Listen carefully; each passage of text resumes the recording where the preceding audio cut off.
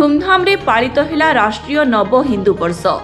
केन्द्रापड़ा जिला आली चंडियागुड़ी सरस्वती शिशु विद्या मंदिर परिसर रे प्रतिवर्ष परि चलित वर्ष राष्ट्रीय हिंदू नववर्ष महा धूमधाम रे पालित होई जाइछि।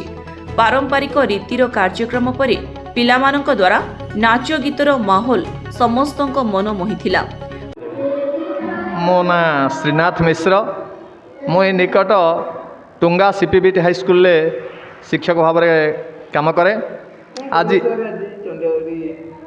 यही चंडियागढ़ी सरस्वती शिशु विद्या मंदिर रे आमर राष्ट्रीय नववर्ष चैत्र शुक्लपदा गोटे उत्सवर आयोजन करा जायथिला एवं सांस्कृतिक कार्यक्रम आयोजन करा जायछि एवं एठिकी मते मुख्य अतिथि भाव में डका जायथिला। एमानंकर परिवेश मते भारी आनंददायक हैला। मु समस्त को शुभेच्छा जनाऊँगी, शुभकामना जनाऊँगी।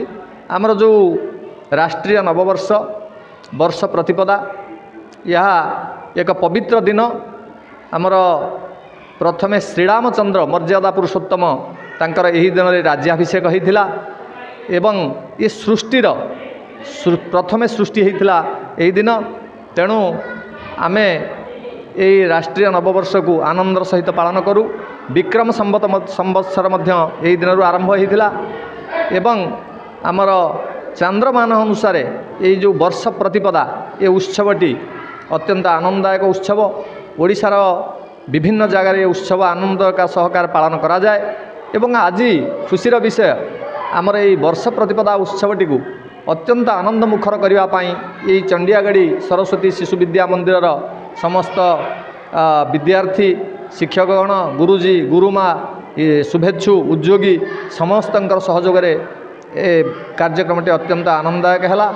वास्तविक आमर अतीत को मन पकई भविष्य को निर्माण करने भली आमर युवकर शक्ति एवं वार्धक्यर प्रज्ञा प्रत्येक कार्य को आमर सफल करता है। तेणु यही वर्ष प्रतिपदा उत्सवटी को आमे घरे घरे ग्रामे ग्रामे जदि परिचित करें पारिबा लोक मानक पाखरे पहुँचे पारिबा समस्त लोक आनंदित हेबे। माने बजारे बजारे बाईद बजा चौदिग आज होइछि सजा आनंद मनरे आसीछि एबे वर्ष प्रतिपदा उत्सव आज। तेणु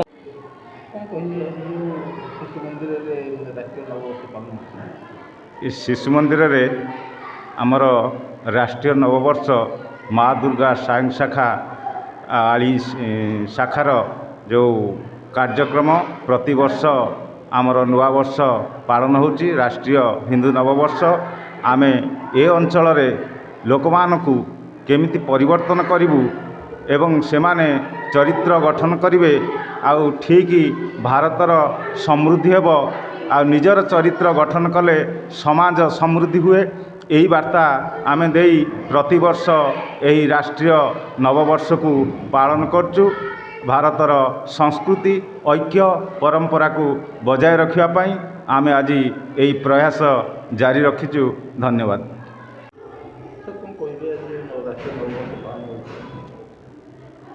मु शरद कुमार पाणी आमर चंडियागढ़ी सरस्वती शिशु विद्या मंदिर मु सभापति अछि।